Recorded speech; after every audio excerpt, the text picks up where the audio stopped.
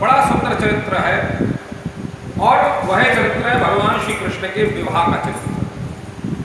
और विवाह को लेकर के भगवान श्री कृष्ण के बहुत सारी भ्रांतियां हैं लोगों में। लोगों में ऐसी भी भ्रांति है कि भगवान श्री कृष्ण का और राधा जी का विवाह नहीं हुआ। तो मैं आप सब लोगों की उस भ्रांति को दूर कर दूं और दूर करके मैं आप लोगों को एक ही बात कह दूं कि भगवान श्री कृष्ण का और राधा जी का परस्पर विवाह हुआ। और यह स्वयं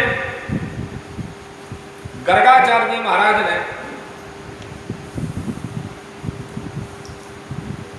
श्री गर्ग संहिता के अंतर्गत में इसका वर्णन किया कि स्वयं ब्रह्मा जी महाराज ने भांडीर वन में श्री राधा रानी का और भगवान श्री कृष्ण का विवाह करवाया। इसीलिए हमारे यहाँ ये दोनों जो है लिव इन रिलेशनशिप में नहीं है, बाकायदा इनका विवाह वैदिक परंपरा की पद्धति के अंतर्गत में स्वयं ब्रह्मा जी महाराज ने करवाया है।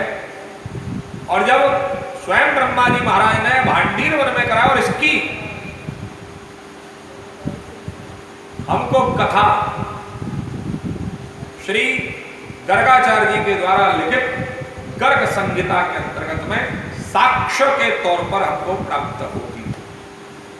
तो शायद हम मेरे विचार में अब आप लोगों के मन में से यह सूत्र निकल गया होगा, यह शंका निकल गई होगी कि राधा जी का और कृष्ण का विवाह नहीं होगा। ऐसी बात नहीं। तो आज विवाह का हम लोग चर्चा चिंतन करेंगे कि भगवान श्री कृष्ण के 16,108 विवाह जो संपन्न हुए हैं वह क्या है। उनमें सबसे पहला विवाह तो भगवान श्री कृष्ण का और राधा जी का ये 16,108 विवाहों से अलग विवाह है। यह उस अलौकिक सत्ता का मिलन है, यह उस अलौकिक तत्व का मिलन है, उस आराधनीय शक्ति का और शक्तिमान का परस्पर आदान प्रदान है, जिसके अंतर्गत में जहां पर स्वयं राधा नहीं रही और कृष्ण न रहे, दोनों एक दूसरे में समा गए। इस विवाह के पश्चात फिर उन्होंने जो जितनी भी लीलाएं की हैं, बड़ा सुंदर भाव कल आप लोगों ने सुना। एक बड़ा सुंदर भाव आता है कल गोवर्धन पर्वत का, गोवर्धन पर्वत धारण की लीला आप लोगों ने बड़ा सुंदर श्रवण की। उसमें एक बड़ा सुंदर सा भाव जागृत होता है कि भगवान श्री कृष्ण ने गोवर्धन पर्वत को उठा लिया। परस्पर चारों तरफ और बातें फैल गई। ये बात ब्रज में सभी लोगों का कौतूहल का, जिज्ञासा का, प्रश्न का विषय बना। तो जब रास प्रारंभ हुआ है तो समय रास के समय पर भगवान श्री कृष्ण की सखियां अलग हो गई हैं। भगवान श्री कृष्ण की जो आराधनीय शक्ति है मां राधा, उनकी सखियां अलग हो गई। और उस समय पर भगवान श्री कृष्ण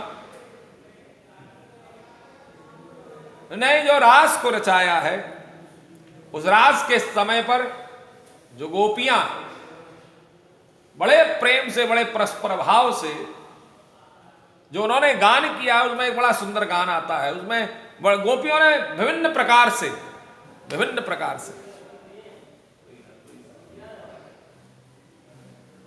भगवान की लीलाओं का बखान किया है। तो राधा जी की जो सखियां हैं, उन्होंने राधा जी की सखियों ने राधा जी का बखान किया है। तो उसके अंतर्गत में भगवान कृष्ण के प्रति राधा जी की जो सखियां वो गान करते। जब राधा जी की भगवान श्री कृष्ण की सखियों ने कहा कि हमारे कृष्ण बहुत बड़े पराक्रमी हैं, इतने बलशाली हैं कि इन्होंने गोवर्धन पर्वत को उठाया है, तो बड़ा सुंदर वह कहती हैं सखियां राधा जी की कि कृष्ण ने गोवर्धन पर्वत को नहीं उठाया। तो बोले किसने उठाया? तो जब कृष्ण ने नहीं उठाया है तो किसने उठाया? तो बड़ा सुंदर भाव आता है कि प्रभु भगवान श्री कृष्ण ने राधा जी की कृपा से गोवर्धन पर्वत उठाया। और संतों ने इसका बड़ा सुंदर आश्रय दिया है। कछु माखन को बल भड़ो और कछु गोपन करी सहाय।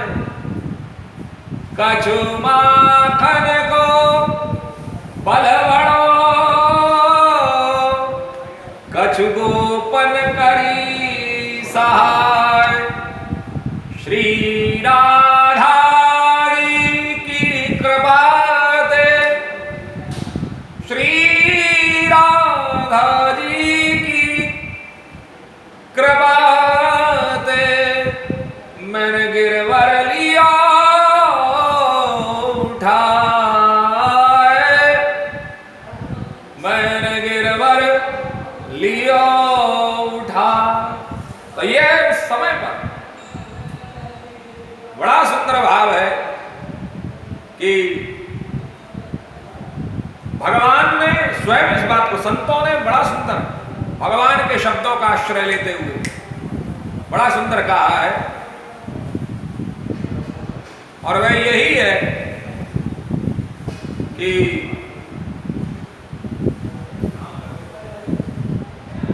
भगवान ने वह गोवर्धन पर्वत की जो धारण किया है वह भी राधा जी की कृपा से ही किया है। तो यह जो परस्पर मिलन और जो परस्पर विवाह भगवान श्री कृष्ण का और राधा जी का भांडीर वन में स्वयं ब्रह्मा जी महाराज ने करवाया है और इसका साक्ष्य श्री गर्ग संहिता के अंतर्गत में प्राप्त होता है। तो जो लोगों के मन में शंका है कि राधा जी का और कृष्ण का परस्पर विवाह नहीं हुआ है तो उन लोगों की शंकाएं मिट जानी चाहिए। क्योंकि अगर ऐसा नहीं होता फिर भी भगवान श्री कृष्ण के साथ में राधा जी की पूजा होती तो वह असंवैधानिक था, अवैध था, गलत था, अधर्म था। लेकिन चूंकि भगवान श्री कृष्ण का और राधा जी का परस्पर विवाह संपन्न हुआ है तो इस नाते भगवान श्री कृष्ण का और राधा जी का बड़ा सुंदर दर्शन हम लोग मंदिरों में करते हैं।